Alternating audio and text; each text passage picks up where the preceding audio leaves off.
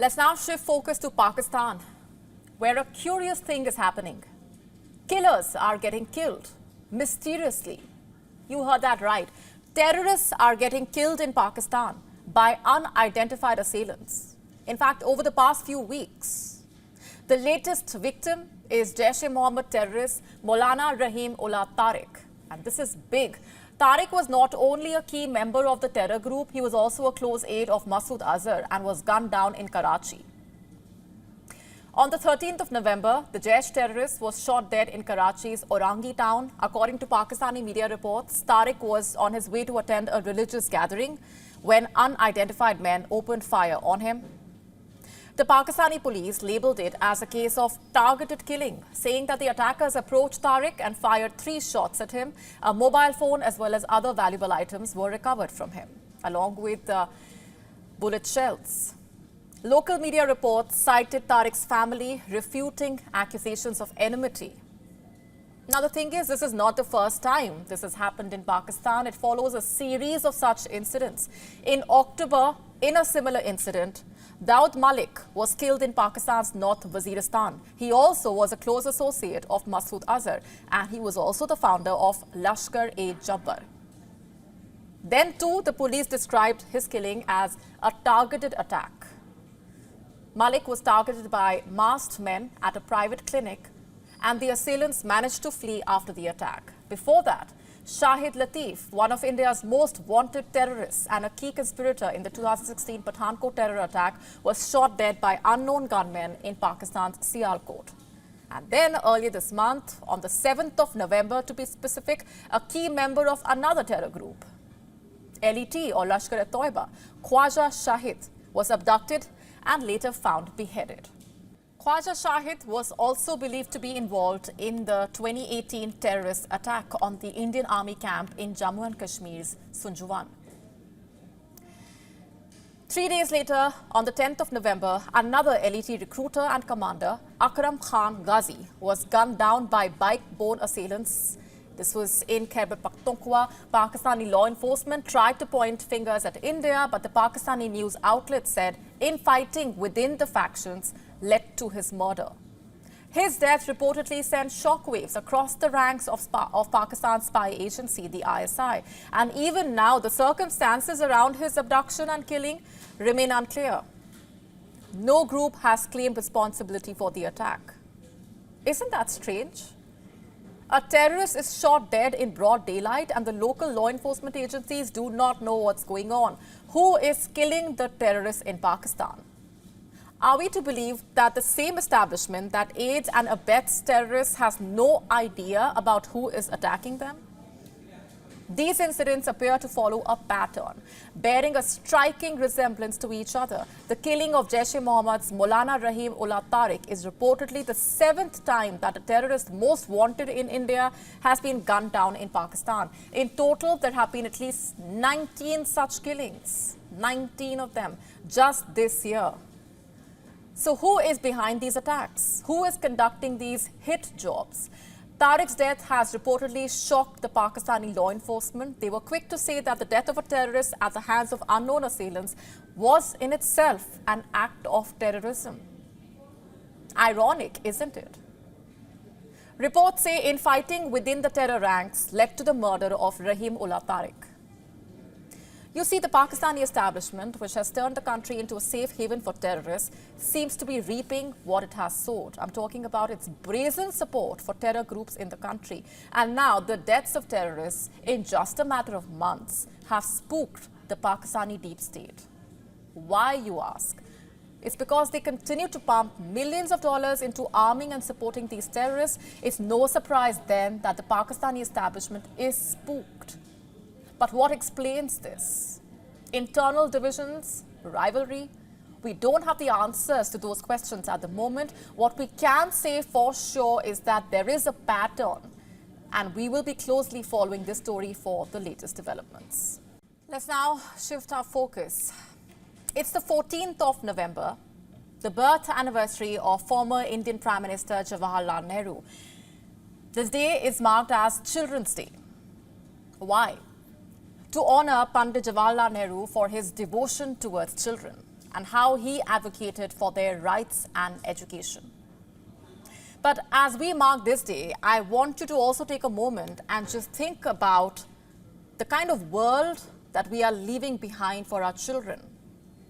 In fact, before we even think of the future, what kind of a world are we offering to them right now, speaking of what's happening around the world?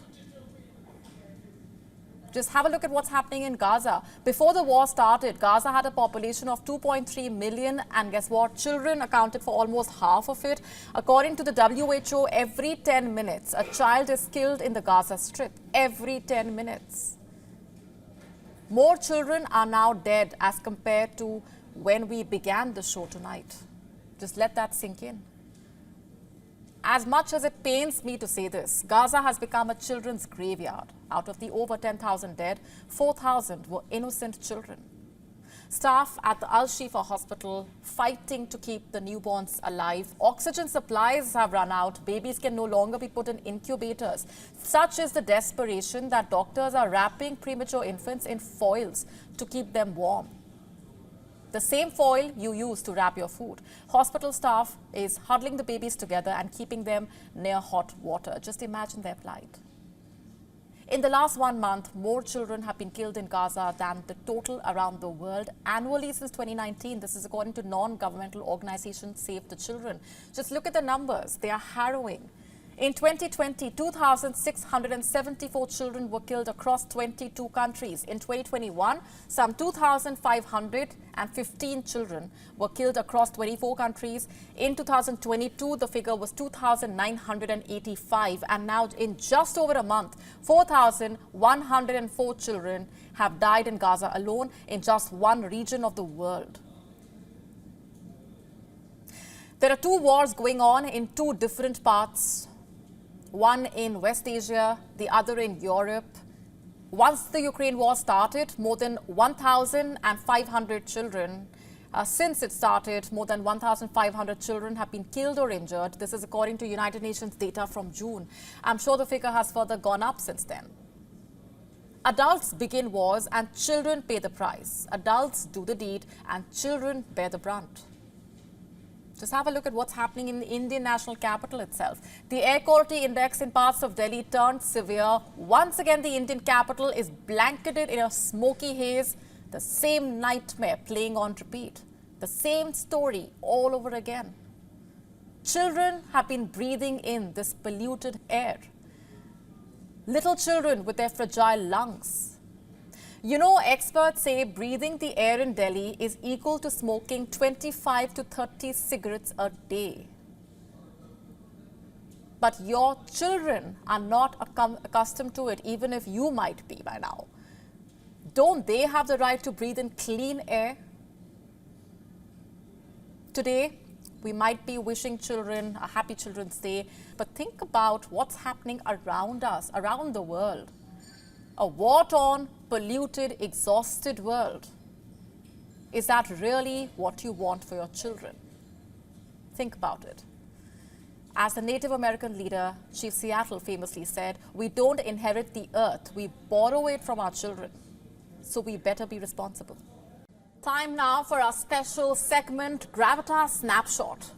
A segment where we discuss and analyze public figures who are making headlines. And tonight, we are focusing on David Cameron, the former British Prime Minister who has made an unusual return to mainstream politics. Why am I calling it unusual? Because Cameron, who was once at the helm of affairs in the UK, has taken charge as the country's foreign secretary, a decision most leaders who have been at the top office tend to avoid, given the stark contrast in the stature of the two posts. In any case, Cameron clearly does not see it that way. He says he gladly accepted the offer from Rishi Sunak because the world today is facing a daunting set of challenges. This is what the leader told the reporters, I'm quoting, "While I have been out of frontline politics for the last 7 years, I hope that my experience as a conservative leader for 11 years and Prime Minister for 6 will assist me in helping the Prime Minister to meet these vital challenges." The question is, why did Cameron agree to taking up the post of Foreign Secretary? Is it because his premiership ended in scandal?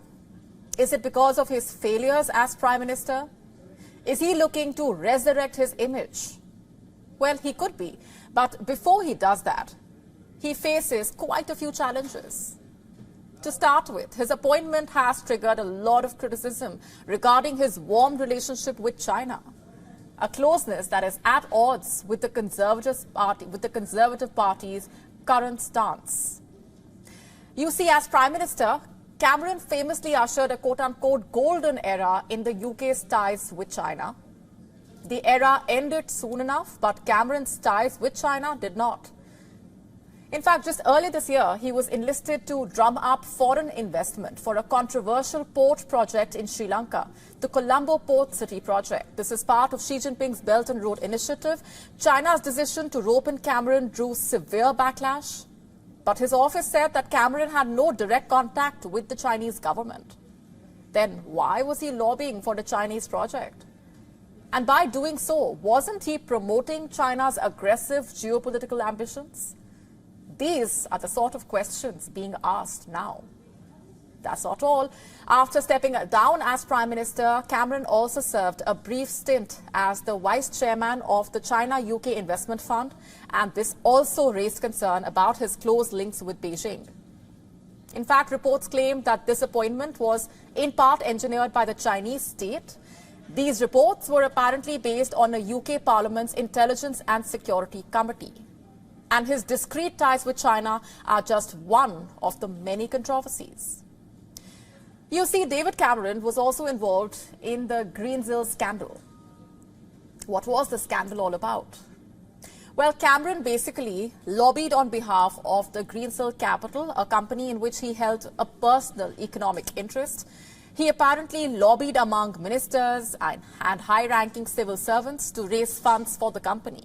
He was accused of asking them to allow the company access to the British government's coronavirus loan support scheme. But despite these controversies, Cameron has been named UK's Foreign Secretary. What was Rishi Sunak actually thinking while making this appointment? Is he looking to benefit from Cameron's connections globally? If the answer is yes, how then will 10 Downing Street justify the many scandals that Cameron has been at the center of? We will keep asking these questions until we get an answer.